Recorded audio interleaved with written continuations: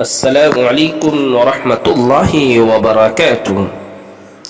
محترم ناظرین، امید کرتا ہوں آپ تمام احباب خیر و عافیت سے ہوں گے۔ آج ہم بات کریں گے حضرت عثمان غنی رضی اللہ تعالی عنہ۔ حضرت عثمان غنی رضی اللہ تعالی عنہ کا نام تو عثمان ہے، کنیت ابو عبداللہ اور والد کا نام عفان ہے۔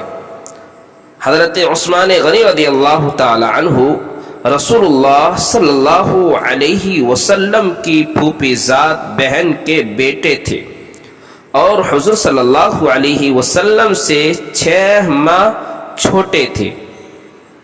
حضرت عثمان غنی رضی اللہ تعالی عنہ اسلام لانے والے چوتھے شخص ہیں۔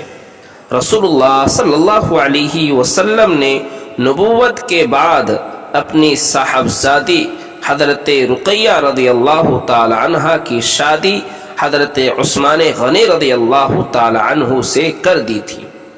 جب حضرت رقیہ رضی اللہ تعالی عنہ کا انتقال ہو گیا تو حضور صلی اللہ علیہ وسلم نے اپنی دوسری صاحبزادی حضرت ام کلثوم رضی اللہ تعالی عنہ کی شادی حضرت عثمان غنی رضی اللہ تعالی عنہ سے کر دی۔ اسی لیے حضرت عثمان غنی رضی اللہ تعالی عنہ کو ذو النورین کہا جاتا ہے۔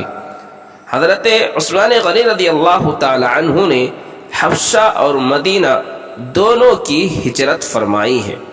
جس طرح آپ رضی اللہ تعالی عنہ صحابہ کرام میں بہت مالدار تھے، اسی طرح سب سے زیادہ آپ سخی اور خدا کی راہ میں خرچ کرنے والے بھی تھے۔ حضرت عمر رضی اللہ تعالی عنہ کے انتقال کے بعد یکم محرم الحرام 24 ہجری کو صحابہ کرام رضی اللہ عنہم نے آپس میں مشورہ کر کے حضرت عثمان غنی رضی اللہ تعالی عنہ کو خلیفہ منتخب کر لیا۔